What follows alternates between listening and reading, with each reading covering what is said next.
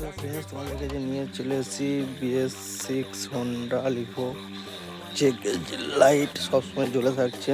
আর problem হচ্ছে গাড়িটা যে মাঝে মাঝে অফ হয়ে যাচ্ছে, স্টার্ট নিচ্ছে না। তাই দুটো কাবলারের মধ্যে দেখতে পেয়েছ, ওটা ব্রাউন আর এদের ব্লু রঙের তো যে তার আছে, ওই তারকে আমি একটা, আমার কাছে যেহেতু কাপলার নাই তাই তার দুটোকে আমার কাছে একটা তার নিয়ে দুটো তারকে শর্ট করে চেক ইঞ্জিন লাইট